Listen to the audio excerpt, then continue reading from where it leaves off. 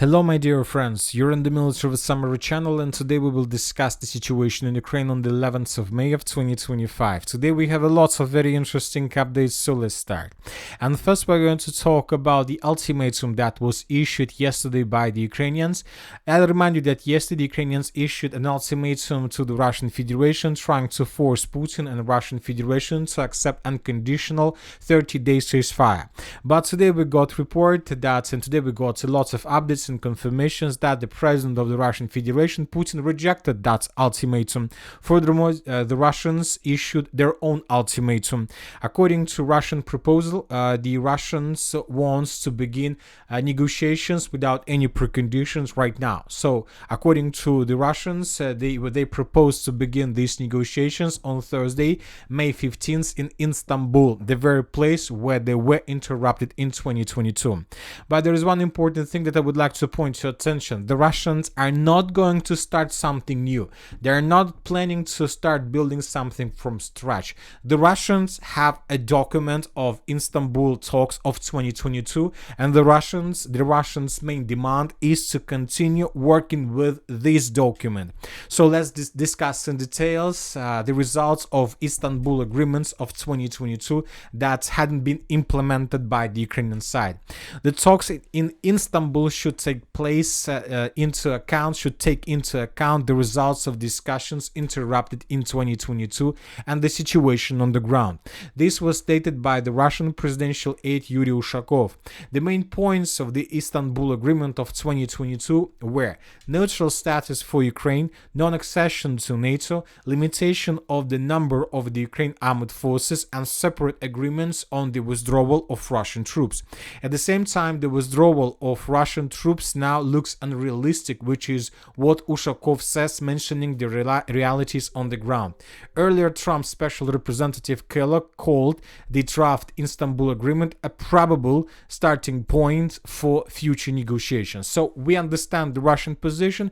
It's very clear. When talking about the Ukrainians, first, when they got Putin answer, first they accepted this answer, and we got several comments, including the comment from the president of Ukraine, Zelensky.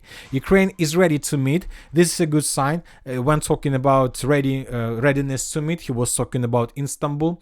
This is a good sign that the Russians have finally thought about ending the war. Zelensky about Putin's statements yesterday. We expect that the Russian Federation will confirm a ceasefire, complete, lasting, and reliable, starting tomorrow, May 12th. Obviously, the Russians will never accept this ceasefire.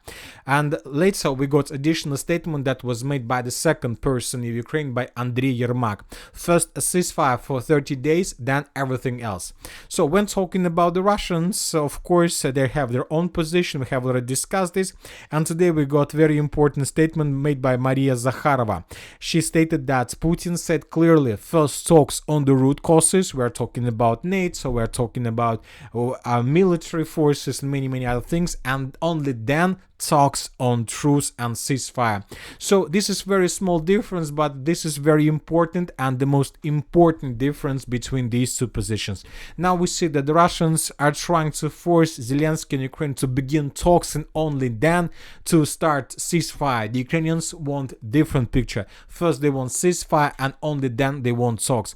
But the problem of Ukrainian schema is that the Russians can confirm and they can accept this 30-day ceasefire, but the problem is that what is going to be after this 30-day ceasefire, whether the Ukrainians or the Russians are going to begin talks right exactly on the 31st day of this ceasefire, or maybe either the Russians or the Ukrainians will find a solution how not to begin any talks and to continue the special military operation.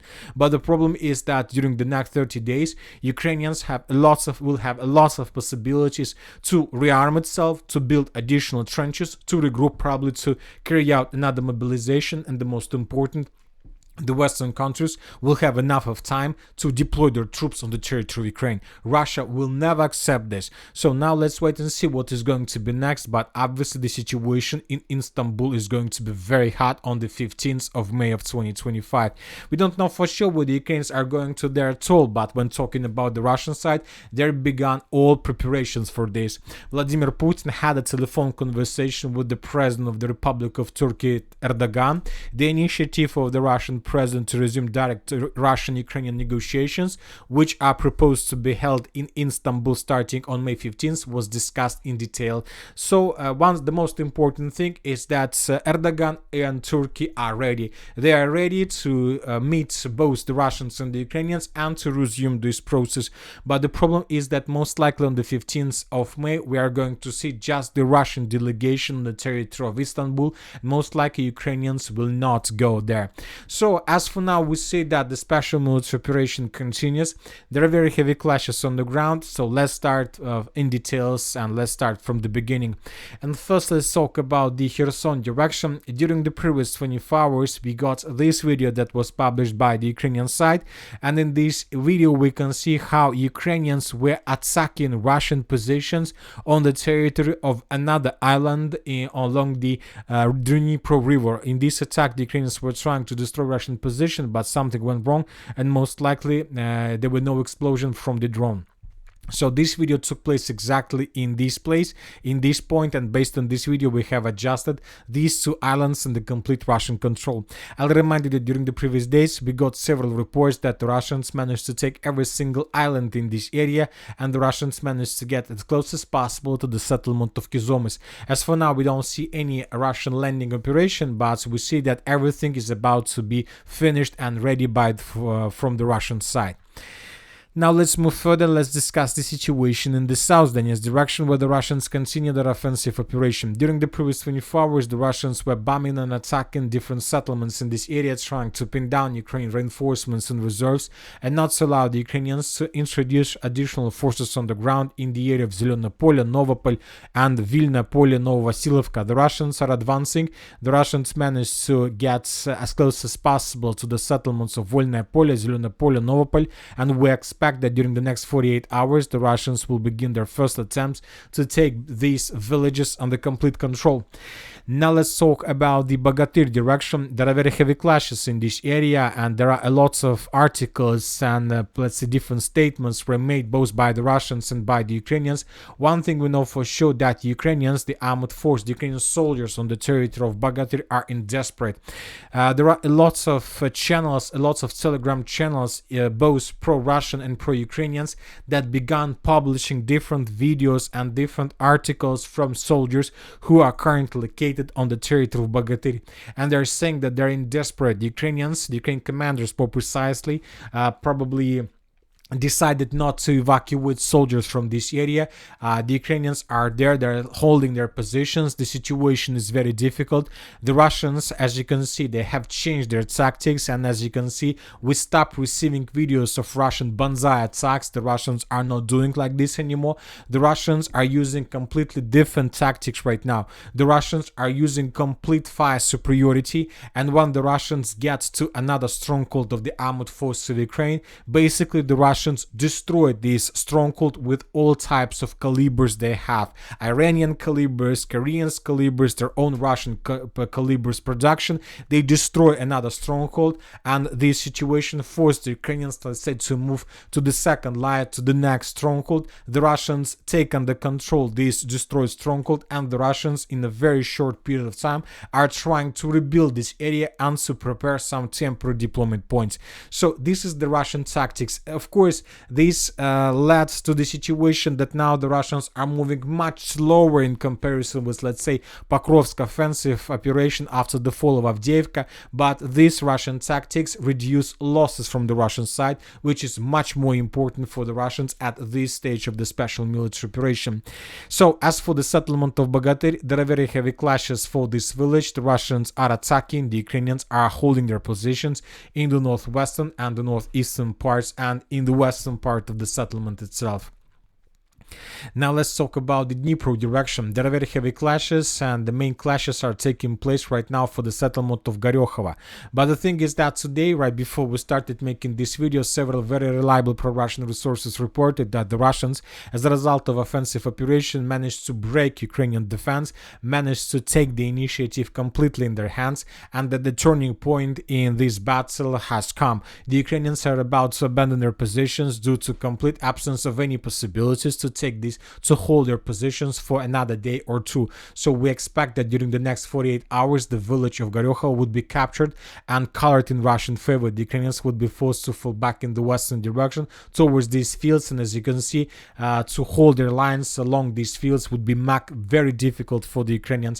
So we expect that Ukrainians would be forced to fall back in even further in the northwestern directions toward the settlement of Novomykhailivka, which means that the Russians would advance as well very fast, and they will get the settlement from the east also very soon. When talking about the Novosergeyevka, today, as you can see, we have adjusted the map. Today, the Ukrainian sources published this video, and in this video we can see how Ukrainians were attacking Russian soldiers in the fields. We can see how Ukrainians were attacking Russian tanks, Russian infantry fighting vehicles that were moving towards the village of Novosergeyevka from the southeast. A lot of attacks, a lot of episodes, and two of them were geolocated. Ukrainians attacked Russian soldiers and Russian vehicles in this point and in this point. Based on this video, we have adjusted the map and we have colored additional territory and the complete Russian control. So we see that the Russians captured the village of Novoalexandriivka completely, and now the Russians are trying to attack and trying to assault the village of Novosergeyevka from the southeast and from the east. At the same time, several pro-Russian resources reported that all these fields, this entire pocket, was taken by the Russians by the end of the 11th of May of 2025. So summarizing everything that was published today by pro-Russian resources, everything inside of this pocket, including these two contested areas, were taken by the Russians, and now the battle for the settlement of Novomykhailivka and Borovka is about to start. Now let's move further and let's discuss the situation in the Kliban-Byksky pocket. We have a lot of very interesting updates, and as you can see, the most interesting updates are coming from the northwestern part of this pocket. We're talking about this area. The thing is that we see a lot of icons from this territory. A lot of FPV drone strikes from the Russian side and a lot of artillery strikes. And now we have no doubts that this is exactly the area where the Russians are going and are planning to attack first. So once again, this area we have complete FPV drone control from the Russian side. Now anything that enters this territory would be discovered by the Russians and destroyed, which means that most likely in the very near future we're going to see a full-scale offensive operation from the Russian side with the purpose to seize control over this pocket, over this cloud as soon as possible. This will allow the Russians to get as close as possible to the settlements of Yablunovka, Alexandra Kalinova, and to establish complete fire control over the main N20 road, which will lead to complete collapse of Ukrainian defense in the southern part of this pocket, and most likely this would lead to a cauldron, and Ukrainians could be caught in cauldron in the very near future. So once again, lots of icons, lots of videos. The Russians are over focused in this area with their supreme manpower, with their complete superiority in firepower.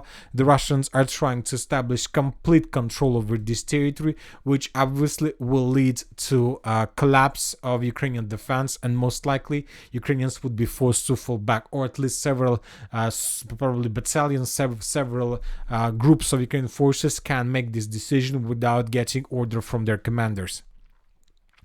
As for the Chasiv Yar direction, as you can see, nothing happened during the previous 24 hours. We have lots of videos how the Russians were attacking Ukrainian vehicles on the territory of Konstantinovka, but it's just a regular situation.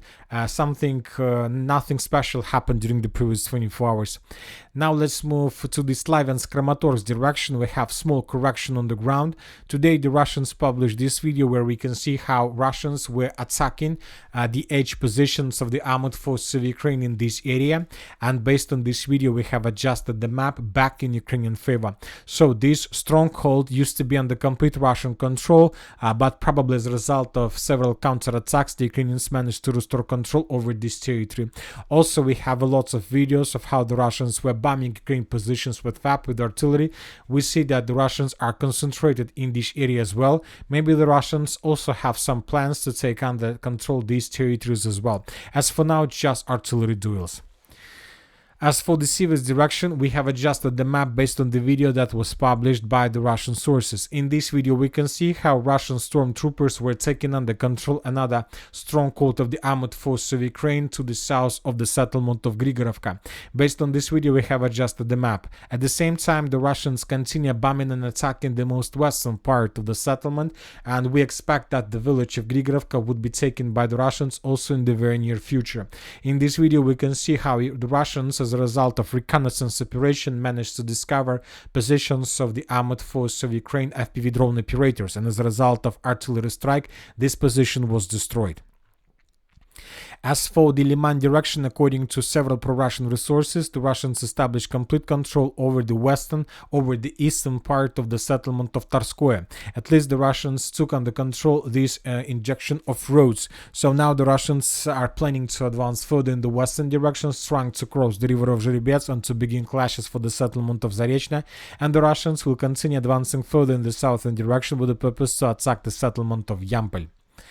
As for the Borova direction, during the previous 24 hours, the Russians managed to improve their positions around the settlement of Griakovka.